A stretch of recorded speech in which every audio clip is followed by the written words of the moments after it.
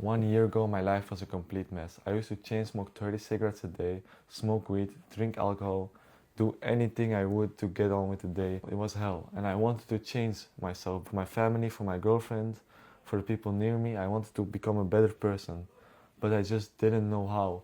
And the biggest part in my life that triggered me to go back to these old habits was because when I started new habits, I would stop within like a week, and every time I did that, I felt like I couldn't ever start my new life, and if I wanted to, it will never work. And that's when I read one book that really changed my view on these things.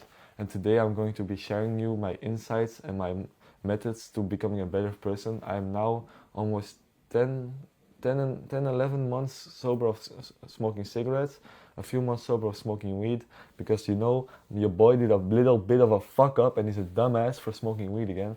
But I did it like 5 times, and I was like, what the fuck am I doing? And I like, nah, I'm joking. I didn't punish myself, but you know, I was quite mad at myself, but I was like, fuck it. But I'm getting off topic.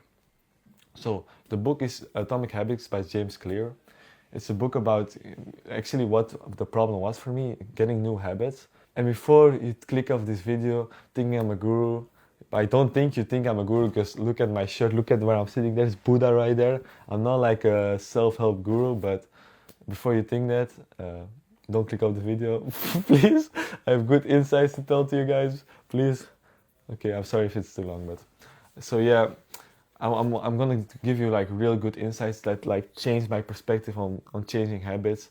And it all starts with identity. So imagine 2 people who recently quit smoking getting offered a cigarette. The first person, when offered a cigarette, says, I'm not smoking right now, I'm trying to quit. And the second person says, no, I'm not a smoker. What do you see? Do you see a difference? Well, I'm gonna fucking tell you the difference. The difference is that the first person doesn't believe he's not a smoker, because he says, I'm trying to quit. So that means deep in his unconscious or conscious mind, he still thinks he's a smoker. He still thinks that smoking is part of his identity. Because if you think you have to quit from something, smoking, then it's still in your identity. But meanwhile, the second person, he says, no, I'm not a smoker. This identifies like he thinks he's just not a smoker, you know? So who do you think is going to last the longest with not smoking? Well, I'll tell you, will fucking last longest. Me, motherfucker. Nah, I'm kidding. Well, obviously the second person, and I know this from my own personal experience, because I used to think that for me it was bigger on smoking weed. When I didn't smoke weed, I was like, fuck, man, I'm quitting something, and it's part of my identity. You know, I like doing weed with the boys. It helps me relax in the evening, this and that.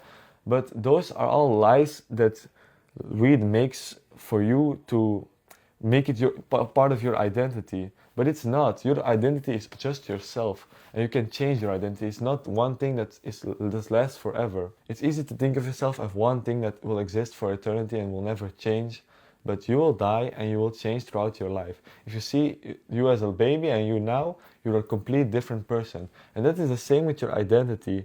And in order to form good habits, you have to change the way you think about yourself and the way you view the world. Because if you say to yourself that, for example, you're quitting smoking, but you think smoking is something that is good for you, or that does something for you, then you're not going to be able to quit. So you have to change your identity to tell you like, no, smoking is not good, which actually it isn't. It's really a fact if you think about it. If you're gonna stop smoking, you like 2 months, 3 months, you're like, I'm the fucking dumbest person ever. But you know, that's addiction, but we're not talking about addiction today.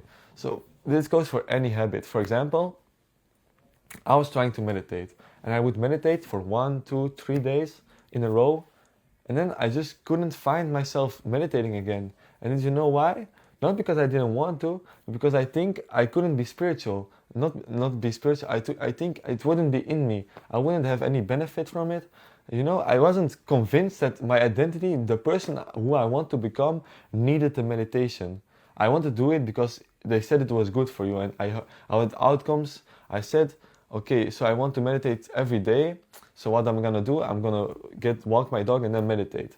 But by doing this, I didn't change my identity. I didn't change my beliefs about meditating.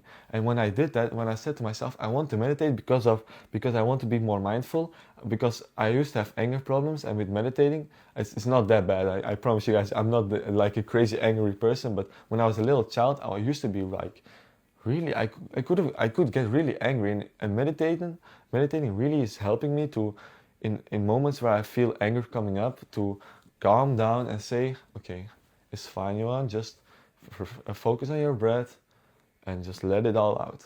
And I'm less angry these days. Like me, even my girlfriend says, like 1 year ago, you're a complete different person.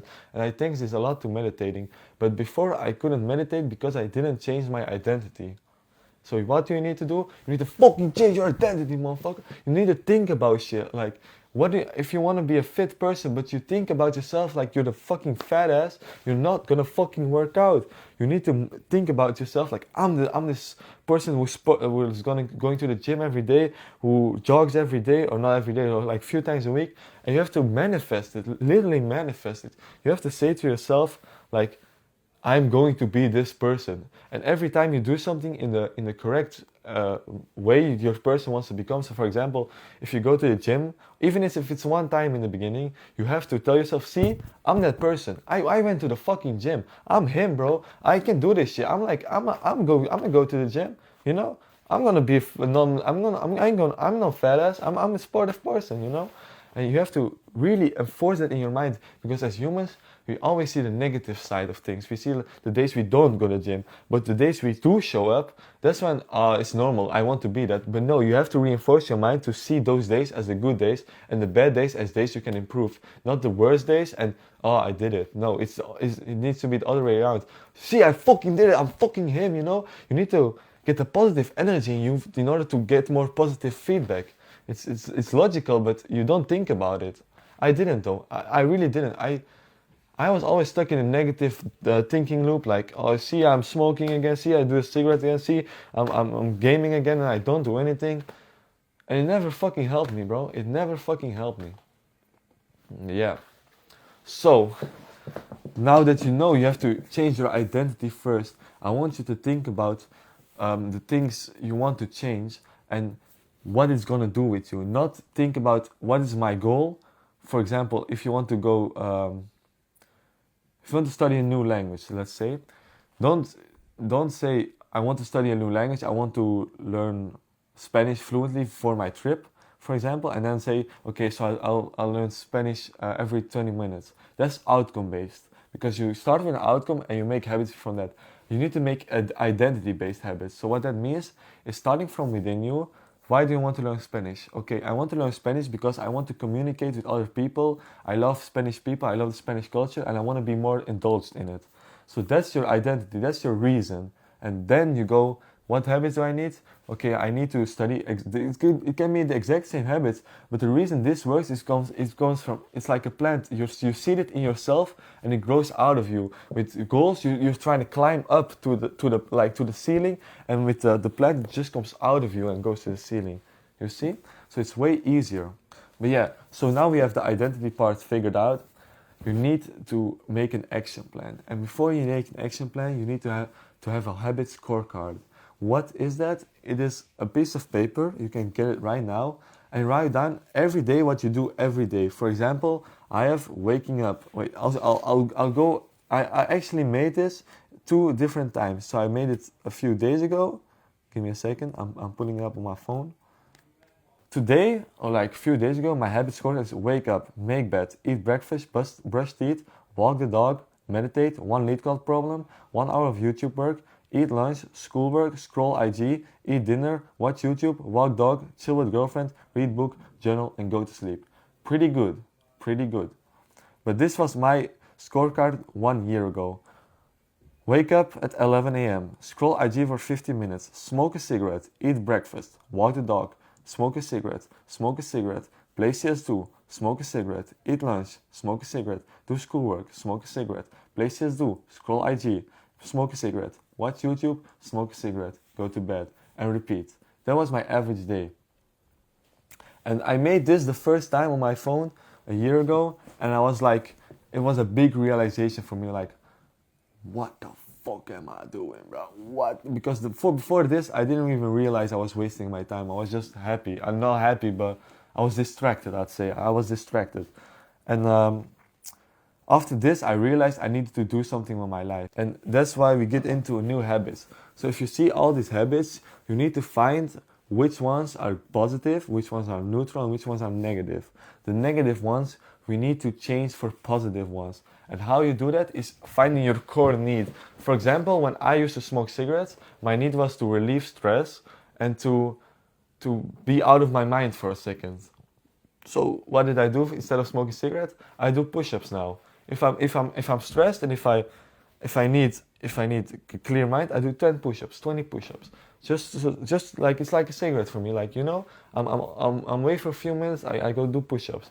So you can do that. So you need to identify every need for every bad habit you have, and write down I know that I don't know the English word at the moment. You need to write down what's the fucking English word?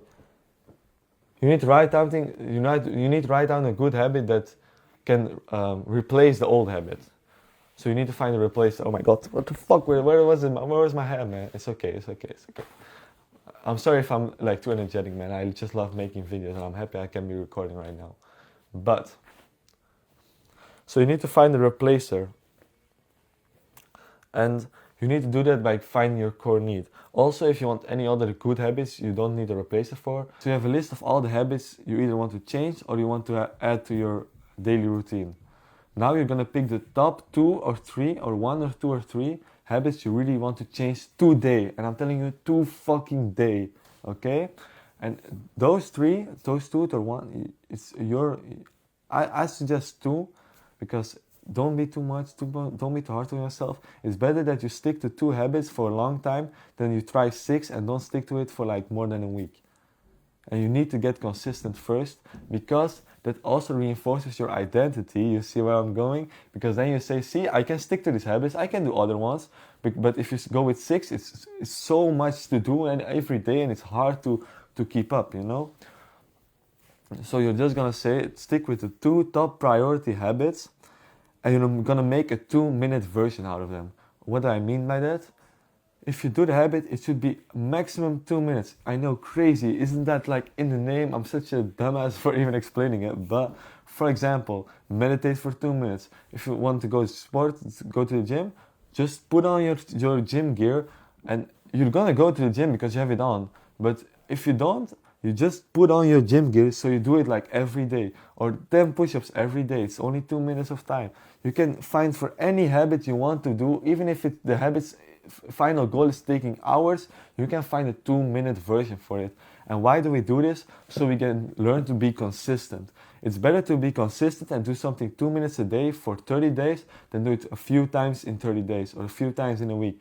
Because consistency makes you better. Consistency makes you stronger and consistency gives you discipline to do it in bad days. So be consistent with the first habits and then go with the next one. So if those 2 work for like 60 days, I'd say, you do it 60 days, then you can add another, and then you can add another, and soon you'll live a completely other life like I'm doing right now. 1 year ago, this wouldn't be happening. I wouldn't be sitting in front of my camera, no fucking way. So yeah, that is that. And then one big other thing is environment. If your environment is messy, you're not gonna do anything, brother. Because you're just visually distracted with it's such a distraction. Also, your phone is the biggest distraction. What I do if I'm gonna do something productive, I leave my phone downstairs. I'm upstairs in my room. I leave my phone downstairs and don't touch it until I'm done. Because it's just not even, if you don't even touch it while doing work, it sits in your pocket and it's your brain just knows it's there. Even though you don't do anything in it, it's still gonna fuck you up because your brain gives power to that, to not getting the phone. If you leave it downstairs, it's just way easier. And you can find many things like this that you can just find life hacks so your brain is fully focused on the thing you want to do. Or for example, if you want to meditate, I sit on like this cushion. I don't know if you can see it on this cushion where I meditate. Lay it in the middle of your room, for example, and you can see it. Environment is key. Make it visible. Make the thing you want to do the first thing you can do. If you want to go to the gym, when you get home from work or from school, do your gym clothes in front of the hallway. You enter your door and you see your gym clothes. Then you're going to the fucking gym. But if you're just gonna scroll and you gotta get it out of the fucking of the closet and do all that shit, you're not gonna do it, man. Environment is key to your win. Design your environment such that the good habits are way easier to do than the bad ones. For example, if you watch too much TV, every time you watch TV and you're done watching TV, unplug it, do it in the closet, or unplug it at least. Then it gives an extra barrier to do it the next time. You have to design your environment for the good ones to stick and the bad ones to don't. Yes, that is my advice. That's what I do right now. I just leave my phone downstairs. I'm always on my computer. I blocked Instagram. I blocked some websites that I don't need. And yeah, I just fucking do it, bro. And don't be too hard on yourself. It's going to take a long time to get where you want to go. And I'm not where I want to be. You can constantly evolve. But you need to find the happiness in evolving. Because if you smoke and if you do, you're just stuck. And if you want to get out, I just showed you how, and you're gonna fucking do it. And I believe in you. Subscribe. I'm the fucking best YouTuber ever. No, I'm kidding.